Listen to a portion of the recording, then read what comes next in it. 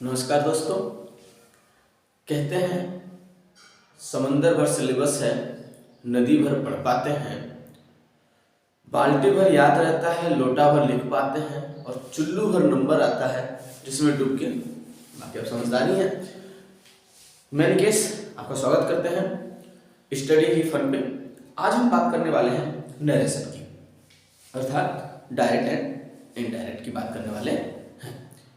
क्या होता है डायरेक्ट इनडायरेक्ट, कैसे इसको किया जाता है, चलिए सीखते हैं, इसको समझने की कोशिश करते हैं। बहुत ही इजी सा कॉन्सेप्ट है, कुछ रूल्स रेगुलेशंस हैं जिनको हमें अपने माइंड में याद रखना है और बहुत सरल पूर्वक से मैं कह सकता हूँ कि बड़ी ही आसानी से इसको आप समझेंगे। वीडियो को पूरा देखें और फिर कोशिश करें समझने की। तो चलिए, और मैं पूरा आपको ये यकीन दिलाता हूँ कि आपको इस वीडियो के माध्यम से डायरेक्ट एंड इनडायरेक्ट अर्थात नरेशन आपको समझ में आ जाएगा। सबसे पहली बात तो ये समझ में आती है कि नरेशन है क्या। बहुत सारे बच्चों को यही क्लियर नहीं होता है कि what is the narration. Narration वास्तव में किसी की कही गई बात का रिपीटेशन है, यानी जब आप किसी के बात को दोबारा कहीं किसी से कहते हैं, उसी प्रक्रिया को नरेशन कहते हैं। दोहराना होता है इसका अर्थ। जब हम नरेशन को पढ़ते हैं तो नरेशन में ये जानने की हम कोशिश करते हैं कि आगे वाले की बात को हम जब किसी थर्ड पर्सन से कहते हैं तो इस प्रकार से कहा जाए कि जिसके लिए वो बात कही है वो बात हमेशा उसी के लिए हो, न कि उस बात का अर्थ ही बदल जाए। जैसे मैं कहूं कि मैं आपको पढ़ा रहा हूं, आप इसी बात को जाकर के किसी दूसरे से, अपने दोस्त से कहिए तो कैसे कहेंगे? तो आप यही कहेंगे कि सर मुझको पढ़ा रहे थे, ये नहीं कहेंगे कि मैं आपको पढ़ा रहा हूं। ऐसा कह दिया आपने कि मैं आपको पढ़ा रहा हूं, तो हाँ मैं आपको नहीं पढ़ा रहा हूं वहां पे, तो फिर आप उनको पढ़ा रहे हो। तो इसी मकर जाल का नाम है नरेशन। तो चलिए स्टार्ट करते हैं। जब हम नरेशन पढ़ते हैं तो नरेशन को हम मेनली टू पार्ट्स में पहले डिवाइड करते हैं। एक का नाम होता है डायरेक्ट और दूसरे का नाम होता है इनडायरेक्ट। डायरेक्ट में क्या किया जाता है वो समझने की कोशिश करते हैं। जब हम डायरेक्ट के अंदर आते हैं तो अपने सेंटेंस को दो हिस्से में तोड़ते हैं। जब डायरेक्ट के अंदर हम आते हैं तो सेंटेंस को हम दो हिस्से में तोड़ते हैं। एक हिस्सा होता है जो इन्वर्टेड कॉमा से पहले का होता है और दूसरा हिस्सा जो होता है वो इन्वर्टेड कॉमा के अंदर होता है। इतनी चीजें आपको समझनी है कि डायरेक्ट में जो भी सेंटेंस लिखा होता है, एक पार्ट उसका इन्वर्टेड कॉमा से बाहर और एक पार्ट उसका इन्वर्टेड कॉमा के अंदर। अब कैसे क्या किया जाता है? पूरा का पूरा खेल इस पार्ट के पहले वाले यहाँ पे आने वाले वर्ब के अकॉर्डिंग है और यहाँ पे आने वाले सब्जेक्ट और इसके साथ साथ इसके जो पजेसिव है, या आप कह सकते हो पजेसिव केस हो गया और ऑब्जेक्टिव केस हो गया, उनके ऊपर डिपेंड करता है। जिन बच्चों को ये चीजें समझ में आ जाएंगी कौन सी चीजें कहाँ पे चेंज होना है, तो उनको ये नरेशन अच्छी तरह से समझ में आ जाता है। किस नाम से जानते हैं इसको, इसका क्या नाम है, तो चलिए एक एक करके हम इसको समझते हैं। इधर वाले पार्ट का नाम होता है रिपोर्टिंग। ठीक है, क्या नाम होता है इसका? रिपोर्टिंग। अगर वर्ब की बात करेगा तो हम कहेंगे कि रिपोर्टिंग वर्ब। अगर सेंटेंस की बात करेगा तो हम बात करेंगे रिपोर्टिंग स्पीच। ठीक है, ये बात समझ में आ गई। इधर जब हम आते हैं तो यहां पे जो कुछ लिखा होता है इसको हम बोलते हैं रिपोर्टेड। क्या बोलते हैं? रिपोर्टेड। अगर वर्ब की बात करेगा तो हम कहेंगे रिपोर्टेड वर्ब। अगर स्पीच की बात करेगा तो हम कहेंगे रिपोर्टेड स्पीच। ठीक है, ये बात आपको मुझे लगता है समझ में आ रही है कि इन्वर्टेड कॉमा से पहले, जैसे मैं एक एग्जांपल भी लिख लेता हूं, आई सेड यू आर माई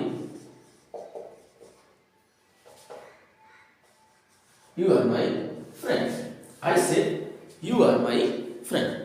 मेरे प्यारे दोस्तों, इस चीज का ध्यान रखना है कि जो कुछ भी होने वाला है, जैसे ममता बनर्जी बंगाल में कहती हैं कि खेला होबे, तो पूरा खेला यहां होबे। कहां होबे? यहां होबे। यही है पूरे खेल का मास्टरमाइंड। ये अगर आपको समझ में आ जाए कि ये जो वर्ब है किस टेंस में है तो चेंज होगा, किस टेंस में है तो नहीं चेंज होगा। कुछ ऐसे भी सेंटेंस आपको देखने को मिलेंगे जो वर्ब पास्ट में होने के बावजूद भी चेंज नहीं होंगे, तो उसके बारे में हम आगे बात करेंगे। ये नरेशन की पहली वीडियो है। मैं सोच रहा हूँ छोटी छोटी ही वीडियो बनाऊं जिससे आप उसको आसानी से कम समय में पढ़ पाए। तो देखते हैं, तो इस पूरे पार्ट का नाम क्या दिया हमने, रिपोर्टिंग, और इस पूरे पार्ट का नाम दिया हमने रिपोर्टेड। ये बात आपको समझ में आ गई। अब मैं जब भी आगे कहूंगा कि रिपोर्टिंग वर्ब या इस टेंस में है तो रिपोर्टेड वर्ब इस टेंस में जाएगा, ये रिपोर्टेड जो स्पीच है वो इस टेंस में परिवर्तित होगा, तो मुझे लगता है कि आप इन चीजों को आसानी से समझ पा रहे हैं। आगे देखते हैं, ये बात आपको समझ में आ गई। अब क्या करते हैं और कैसे करते हैं वो समझने की कोशिश करते हैं। जैसे मैंने कहा कि इन्वर्टेड कॉमा से पहले और इन्वर्टेड कॉमा के अंदर सेंटेंस अगर आपका दिया हुआ है तो सबसे पहले हमें ये ढूंढना होता है कि जो हमारा रिपोर्टिंग वर्ब है, क्या है हमारा रिपोर्टिंग वर्ब।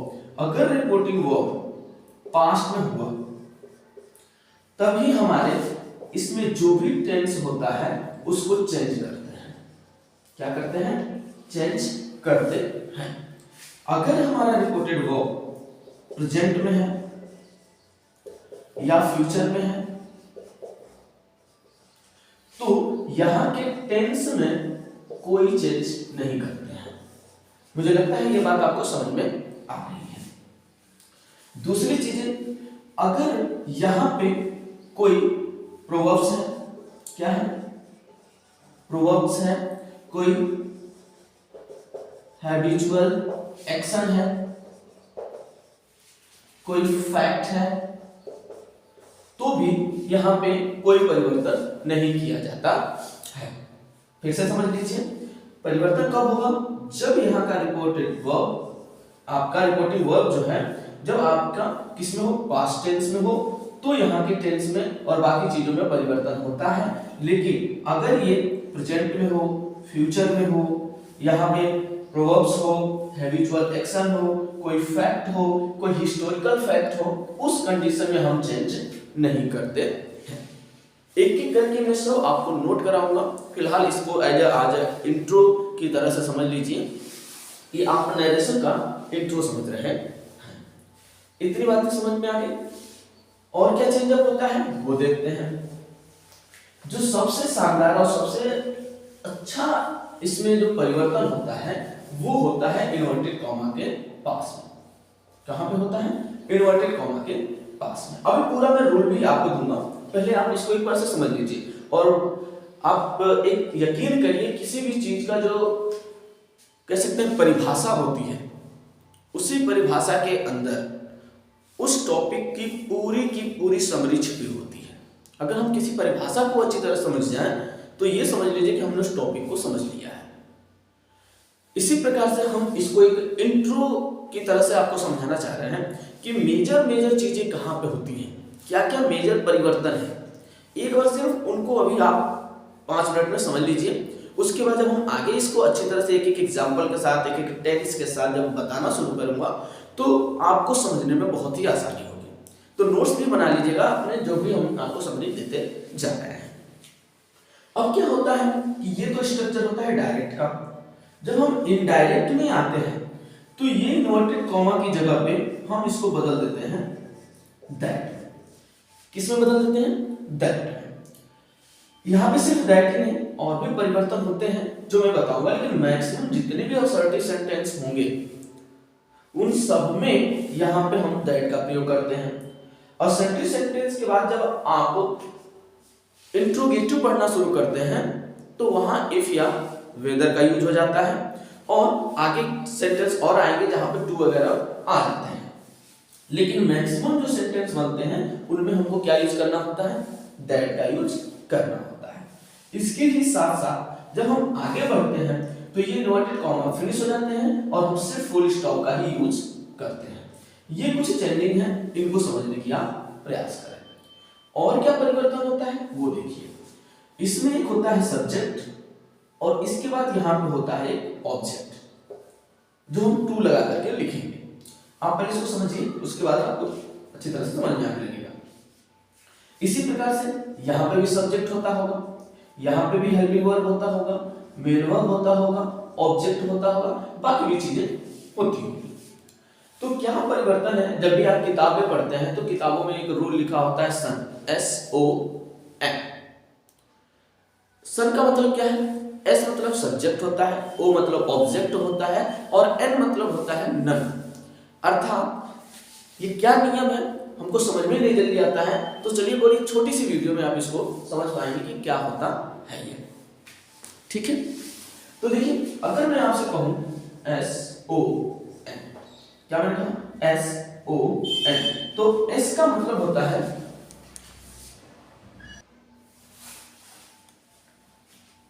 तो इसका मतलब होता है सब्जेक्ट, O का मतलब होता है ऑब्जेक्ट और इसका मतलब होता है नन। कैसे ये काम करता है तो इसको हम अभी समझा देते हैं इसी इंट्रो वीडियो में। तो देखते हैं कैसे कैसे काम करता है। मैंने कहा अगर ये सब्जेक्ट किस पर्सन में हो? First person. ये सब्जेक्ट कौन सा पर्सन हो? फर्स्ट पर्सन हो। याद रखिएगा, हमने आपको पिछली वीडियोस में इनके बारे में बता रखा हुआ है। अगर ये फर्स्ट पर्सन है तो ये चेंज होता है आपके रिपोर्टिंग वर्ब के सब्जेक्ट के अनुसार। किसके अनुसार चेंज होता है? ये चेंज होता है रिपोर्टिंग वर्ब के सब्जेक्ट के अनुसार। अगर आपका सब्जेक्ट सेकंड पर्सन है, कौन सा पर्सन है? सेकंड पर्सन है, तो ये चेंज होता है ऑब्जेक्ट के अनुसार। किसके अनुसार? ऑब्जेक्ट के अनुसार। लेकिन अगर यहीं पे ये थर्ड पर्सन है तो जो होगा वो यही वापस आ जाता है। जैसे अगर थर्ड पर्सन में कौन कौन से आते हैं? कोई भी नेम आ जाता है। क्या आ जाता है? नेम आ जाता है। ही, सी, इट, दे और इनके केस, ये सबके सब कौन से पर्सन में आते हैं? थर्ड पर्सन में आते हैं। अगर ये आते हैं तो वापस इन सब्जेक्ट की जगह पे इनडायरेक्ट में इन्हीं को लिखा जाता है। ठीक है, ये बात समझ में आ गई। तो फर्स्ट पर्सन में कौन कौन आता है? तो फर्स्ट पर्सन में जब हम बात करते हैं तो फर्स्ट पर्सन में मिलता है आपको आई और वी। क्या मिलता है? आई और वी। अगर आई और वी मिले तो यहां जो भी सब्जेक्ट होगा, सपोज करिए यहां पे कोई नेम है, यहां पे क्या है? नेम है, हमने लिख लिया राम। तो अगर यहां पे आई दिखता है तो आई के हिसाब से यानी हमको सब्जेक्ट के अकॉर्डिंग बदलना होगा। तो राम की जगह पे क्या इनडायरेक्ट में लिखेंगे? यहां तो वही रहेगा, लेकिन जब यहां आते हैं तो यहां हम लिखेंगे ही। उम्मीद है आपको ये बात समझ में आ रही होगी। इसी तरह से अगर यहां पे सेकंड पर्सन होता है, जैसे यू, क्या होता है आपका? यू। तो यू किसके अनुसार बदलता? यहाँ के ऑब्जेक्ट के अनुसार बदल जाता। किसके अनुसार बदलता? ऑब्जेक्ट के अनुसार। एक एक करके मैं आपको उदाहरण भी देता जाऊंगा। पहले ये इंट्रो वीडियो है तो इसको आप अच्छी तरह से समझिए। यू हमारा सेकंड पर्सन, सेकंड पर्सन किसके हिसाब से बदलेगा? ऑब्जेक्ट के अनुसार बदल जाएगा। जैसे ऑब्जेक्ट में अगर मान लेते हैं होता हिम, क्या होता? हिम। तो हिम किसका ऑब्जेक्टिव केस है? तो हमें पता चलता है कि ये ही का ऑब्जेक्टिव केस है, तो हम यहाँ पे क्या यूज करते हैं? यहाँ पे भी ही को यूज कर लेते हैं। उम्मीद है कि ये चीजें आपको समझ में आ रही होंगी। इसी प्रकार से जब हम इंट्रोगेटिव सेंटेंस में जाते हैं तो वहां पे मेजर चेंज क्या होता है वो भी समझ लेते हैं। इंट्रोगेटिव सेंटेंस में बहुत ज्यादा परिवर्तन नहीं होता है। हमें पता है कि दो प्रकार के इंट्रोगेटिव सेंटेंस होते हैं, एक हेल्पिंग वर्ब से स्टार्ट होते हैं और एक बोलिए WH वर्ड से स्टार्ट होते हैं। उनका स्ट्रक्चर क्या होता है वो भी समझते हैं। इन्वर्टेड कॉमा के अंदर अगर यहाँ पे हेल्पिंग वर्ब से शुरू हुआ है और यहाँ पे क्वेश्चन मार्क होगा, क्या होगा? यहाँ पे क्वेश्चन मार्क्स होता है। एक चीज ध्यान रखने की बात है कि डायरेक्ट या इनडायरेक्ट में अगर यहाँ पे इंट्रोगेटिव है तो जब इसका हम इनडायरेक्ट बनाते हैं तो हम इंट्रोगेटिव ना बना करके हम इसको असर्टिव बनाते हैं। इसका ध्यान रखना। अगर ये डायरेक्ट हमारा इंट्रोगेटिव है तो इनडायरेक्ट कैसा बनाएंगे? हम असर्टिव बनाएंगे, यानी इसमें से क्वेश्चन मार्क्स हटा देंगे और फुल स्टॉप का यूज करेंगे। अब जहां पे हमने कंजंक्शन दैट यूज किया है वहां हम यूज करेंगे इफ या वेदर का यूज करते हैं। क्या यूज करते हैं? इफ या वेदर का। और बाकी जैसा परिवर्तन आपने पहले किया था वैसा ही परिवर्तन करेंगे। इसके ही साथ साथ अगर ये आपका WH वर्ड से स्टार्ट होने वाला है तो क्या करते हैं? तो कंजक्शन की जगह पे हम WH वर्ड को ही यूज करते हैं। क्या यूज करते हैं? WH वर्ड को ही यूज करते हैं। इसके बाद यहां से हम असर्टिव सेंटेंस का स्ट्रक्चर तैयार करते हैं। जबकि यहाँ पे WH वर्ड के बाद क्या मिला है? Helping verb. लेकिन इसमें हेल्पिंग वर्ब नहीं मिलेगा, हम असर्टिव सेंटेंस का स्ट्रक्चर यूज करते हैं। Subject plus helping verb plus main verb plus object वाला स्ट्रक्चर यूज करते हैं। उम्मीद है कि ये बातें आपको समझ में आ गई होंगी। अब मेजर चेंज हमने आपको बता दिया है कहां-कहां पे होते हैं। इसके अगली वीडियो में एक एक एग्जाम्पल के साथ हम कुछ और भी इंपॉर्टेंट चेंजेस को बताएंगे। तब तक अपने स्वास्थ्य का ध्यान रखिए। वीडियो अच्छी लगे तो इसको जरूर आगे फॉरवर्ड करिए और अपने क्या ओपिनियंस हैं वो हमें जरूर दीजिए। तब तक के लिए नमस्कार।